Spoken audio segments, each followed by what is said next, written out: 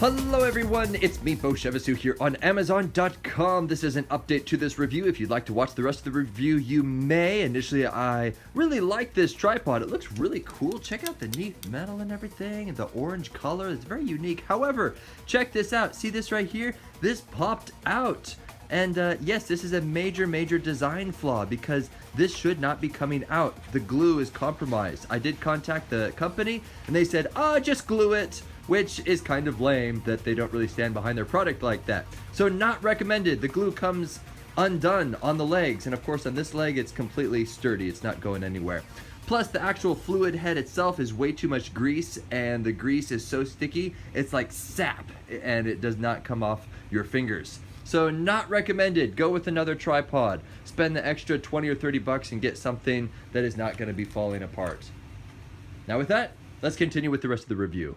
Oh, also, bonus, it comes with a carrying case. It's a very nice case. Oh, and look, snacks as well. Oh, hello Amazon.com, it's me, Beau. Today I'm coming to you with my GH5 mounted on the Zomei, I don't know how it's pronounced, but it's the M7 tripod.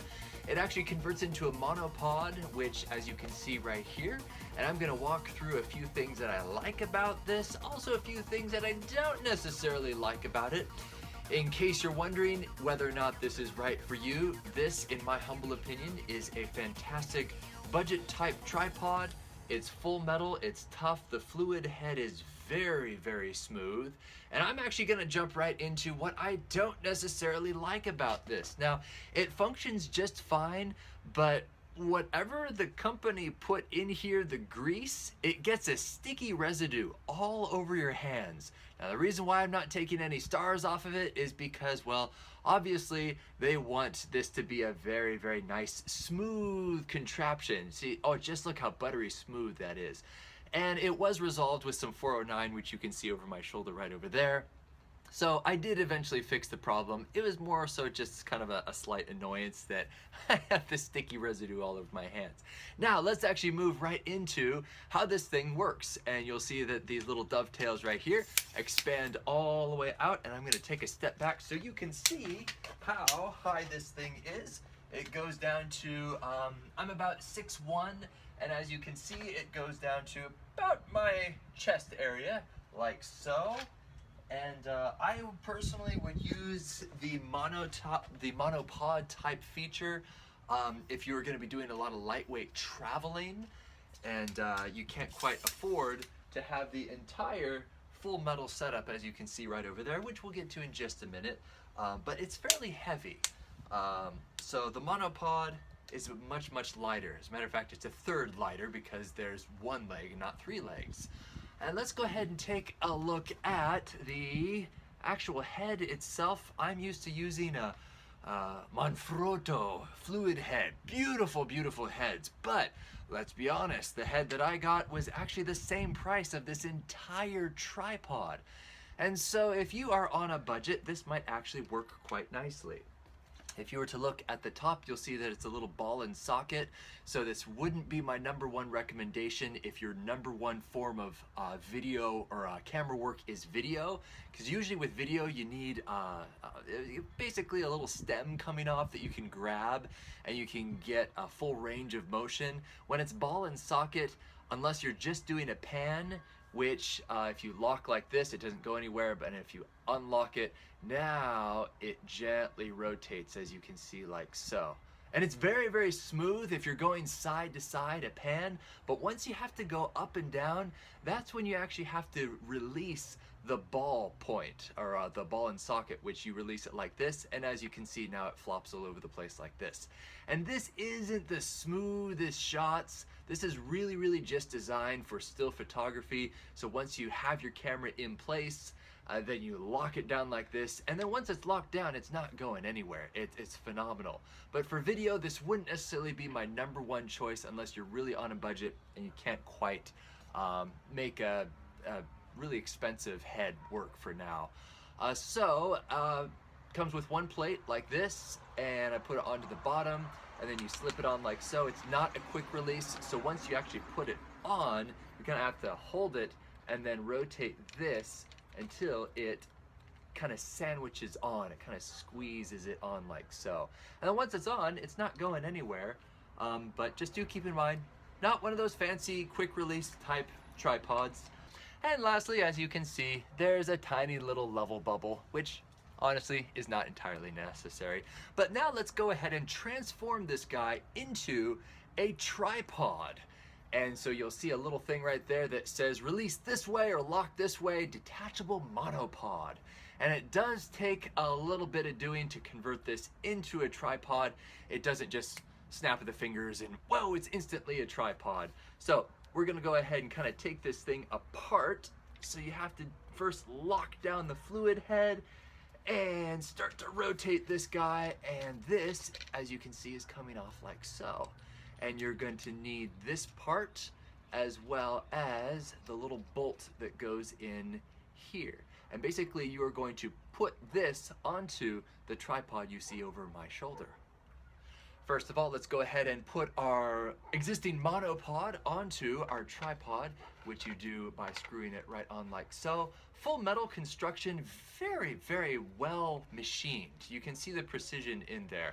I've tested some like knockoff tripods and they're rough and they're cutting your fingers. Very smooth, very nice. So now that we have the actual tripod assembled, let's go ahead and extend this down. And we're gonna pop on the fluid head onto the top.